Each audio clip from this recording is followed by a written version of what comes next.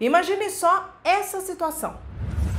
Foi numa festa de casamento em que os docinhos eles estavam contaminados e intoxicaram todos os presentes. O noivo e a noiva que contrataram pela prestação daquele serviço, pelo fornecimento daquele produto, eles são considerados consumidores destinatários finais. No entanto, todos os convidados também são consumidores. Mas não são apenas consumidores, eles recebem um nome especial. Quer saber?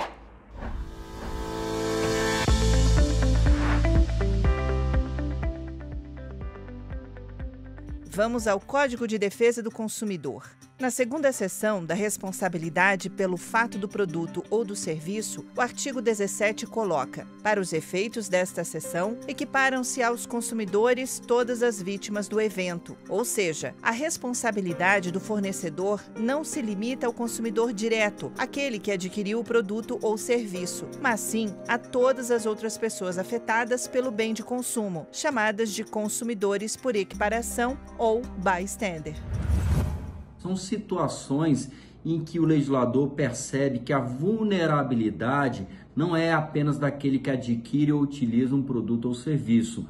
Muitas vezes é a vulnerabilidade de terceiros. É importante frisar que ele não participa da relação jurídica de consumo inicial, mas ele sofre um dano. Então nós estamos diante de uma figura de responsabilidade não contratual, mas uma responsabilidade extracontratual.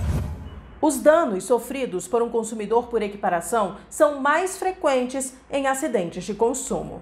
Ou seja, produtos e serviços colocados no mercado de consumo e que, por um defeito, acabam afetando o patrimônio e a integridade físico-psíquica de terceiros. A gente tem exemplos de aparelhos celulares que explodem, garrafas que também explodem apenas pelo toque na garrafa, não em decorrência de uma queda, questões relacionadas a defeitos em veículos, gerando acidentes. Então, as maiores causas são relacionadas a acidentes de consumo.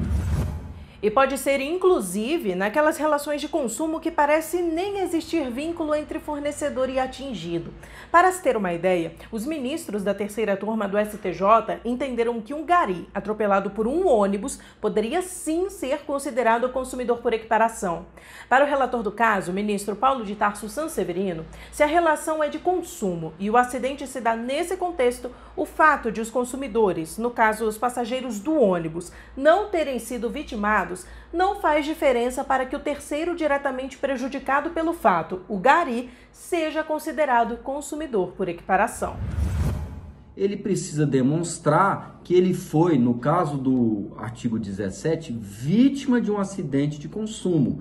Então ele tem que demonstrar, por exemplo, que foi atropelado por um ônibus de transporte coletivo. Ele vai provar isso como? Por testemunhas, documentos. Quando ocorre uma lesão de direito do consumidor, seja o consumidor estándar ou o consumidor por equiparação, as consequências são de natureza administrativa, ou seja, o PROCON pode aplicar uma sanção, uma multa, um puxão de orelha ao fornecedor, que tem caráter pedagógico e punitivo, e, paralelamente, o consumidor pode requerer a indenização dos seus danos materiais e morais na justiça.